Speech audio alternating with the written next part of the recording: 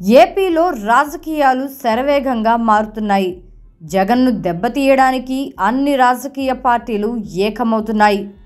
ముఖ్యంగా జగన్ను ఓడించడానికి టీడీపీ జనసేన పొత్తు పెట్టుకున్న సంగతి అందరికీ తెలిసిందే. వచ్చే ఎన్నికల్లో ఈ రెండు పార్టీలు కలిసి ఎన్నికలకు వెళ్తాయని ప్రకటించాయి. అయితే ఇక్కడ కూడా చంద్రబాబు తన వక్రబుద్ధిని బయటపెట్టారు. పొత్తు ధర్మం పాటించకుండా రాజానగరం, రాజోలు స్థానాల్లో అభ్యర్థులను చంద్రబాబు ప్రకటించారు. దీనిపై తీవ్ర ఆగ్రహం వ్యక్తం చేసిన పవన్ కళ్యాణ్ పొత్తులో తమను సంప్రదించకుండా ఎలా అభ్యర్థులను ప్రకటిస్తారంటూ చంద్రబాబుపై ఆయన ఆగ్రహం వ్యక్తం చేశారు. తమకు కూడా సీట్లపై చాలా ఒత్తిళ్లు ఉన్నాయి, తప్పనిసరి పరిస్థితుల్లో రాజానగరం, రాజోలు స్థానాల్లో ప్రకటిస్తున్నామంటూ జనసేన అభ్యర్థులను ప్రకటించి చంద్రబాబుకు గట్టి షాకే ఇచ్చారు.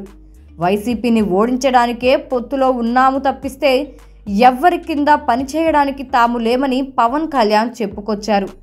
ఇదే సమయంలో నారా లోకేష్ సీఎం పదవి గురించి మాట్లాడిన మాటలపై కూడా పవన్ కళ్యాణ్ తీవ్ర అభ్యంతరం వ్యక్తం చేశారు. దీనిపై తాజాగా పవన్ కళ్యాణ్ అన్న మెగా బ్రదర్ స్పందించారు. టీడీపీని టార్గెట్ చేస్తూ ట్వీట్ల వర్షం కురిపించారాయన.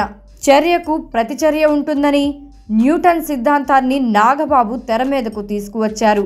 అయితే ఈ ట్వీట్ టీడీపీని ఉద్దేశించి చేసిందేనని సోషల్ మీడియాలో పెద్ద ఎత్తున చర్చ సాగుతోంది. మీరు పొత్తు ధర్మం పాటించలేదు, అందుకే మేము ఆ ధర్మాన్ని పాటించాల్సిన అవసరం లేదన్నట్టుగా నాగబాబు ఈ పోస్ట్ చేశారు. ఇలాంటివి భవిష్యత్తులో చాలానే వస్తాయని, వాటి గురించి ఆలోచించాల్సిన అవసరం లేదంటూ మరో పోస్ట్ చేసి టీడీపీ నాయకులకు గట్టి షాకే ఇచ్చారు. దీంతో పవన్ వ్యాఖ్యలకు నాగబాబు మద్దతుగా ఈ ట్వీట్ చేశారని టీడీపీ నాయకులు భావిస్తున్నారు. ఇదిలా ఉంటే పవన్ వ్యాఖ్యలపై టీడీపీ నాయకులు, కార్యకర్తలు ఎవ్వరూ స్పందించవద్దంటూ ఆ పార్టీ హైకమాండ్ ఆదేశాలు జారీ చేసింది. జనసేనతో పొత్తు విచ్ఛిన్నమైతే టీడీపీ గెలవలేదు.